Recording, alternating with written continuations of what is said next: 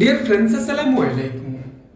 Dear friends, বরাবরের মতো আজকেও আপনাদের মাঝে বহুত ইম্পর্টেন্ট একটি প্রোগ্রামিং ভিডিও নিয়ে আবারও আপনাদের সামনে হাজির হলাম। আমি Mohammad Suman Patwari, sewing machine doctor YouTube চ্যানেলে।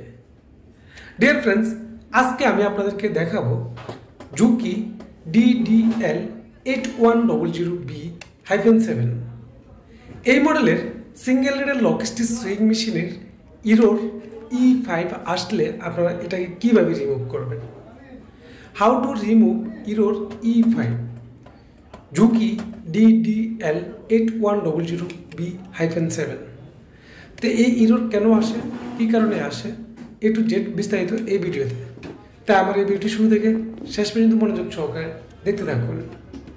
তো ডিয়ার ফ্রেন্ডস, ইরোর 5 আসে মূলত আমাদের এই মেশিনের যে প্যাডেল বক্স, এই প্যাডেল বক্সের যে ফাংশন, এই ফাংশন থেকে যদি আমাদের এই প্যাডেল বক্সের সেন্সর খারাপ হয়ে যায়, অথবা এই প্যাডেল বক্সের যে কেবলগুলো আছে সেই কেবলগুলো যদি আমাদের সেন্সরের থেকে ডিসকানেক্ট হয়ে যায়, তাহলে সেক্ষেত্রে ইরোর 5 আসবে।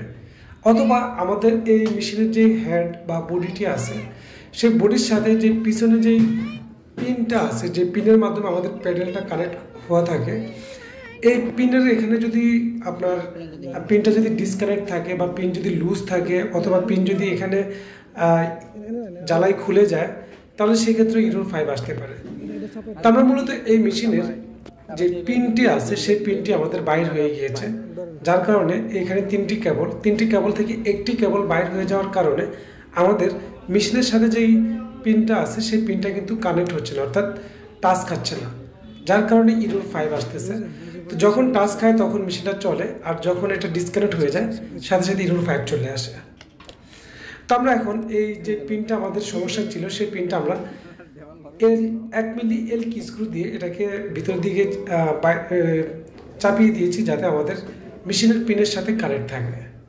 তো আমরা এখন এই পিনটি লাগিয়ে নেব, অর্থাৎ এই জ্যাকটি লাগানোর পর আমরা এখন মেশিনের পাওয়ারটি অন করে দেখব যে আমাদের মেশিনে ইরোর 5 আছে কিনা।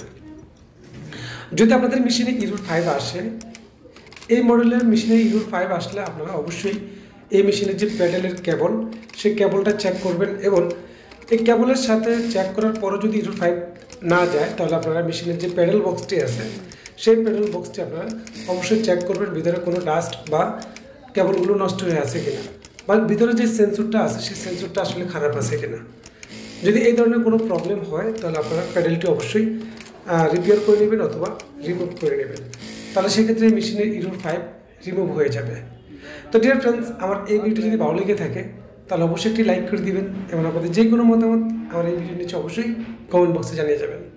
এবং আপনি যদি আমার চ্যানেলে নতুন হয়ে থাকেন তাহলে অবশ্যই আমার চ্যানেলটি সাবস্ক্রাইব করে রাখবেন, এবং পাশে থাকা ঘন্টা আইকন বেলটি বাজিয়ে রাখবেন এই ধরনের নিত্য নতুন ভিডিও নেক্সট টাইম পাওয়ার জন্য। তো ডিয়ার ফ্রেন্ডস, আজকে এই পর্যন্তই, দেখা করবো পরবর্তী কোনো এক ভিডিও নিয়ে। সে পর্যন্ত সকলে ভালো থাকুন, সুস্থ থাকুন, এই কামনায় আজকের মতো বিদায় নিব। আল্লাহ হাফেজ।